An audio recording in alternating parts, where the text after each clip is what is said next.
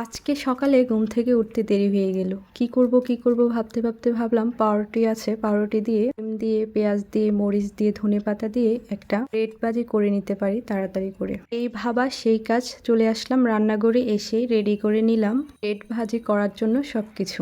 আপনাদেরকে একটা গোপন ট্রিক্স বলে দেই। আপনারা যদি এই ব্রেডটার সাথে সামান্য একটু দুধ মিশিয়ে নিতে পারেন ডিমটার সাথে, যখন ব্রেডটা ভাজি করবেন একটা সফট সফট থাকে এবং খেতে কিন্তু বেশ সুস্বাদু হয়। একবার ট্রাই করে দেখতে পারেন এই পদ্ধতির মাধ্যমে, আমার কাছে কিন্তু বেশ ভালো লাগে। আমি কিন্তু আবার হালকা একটু চিনিও দিয়ে থাকি ব্রেড ভাজিতে। আমার কাছে এভাবে কিন্তু বেশ ভালো লাগে। আর সবচেয়ে বড় কথা হচ্ছে সকাল সকাল কোনো কিছু চিন্তা ভাবনা না করে এটা রেডি করে নিতে পারি খুব সহজে এবং খুব তাড়াতাড়ি হয়ে যায়। এদিকে আমার চা হয়ে গেছে।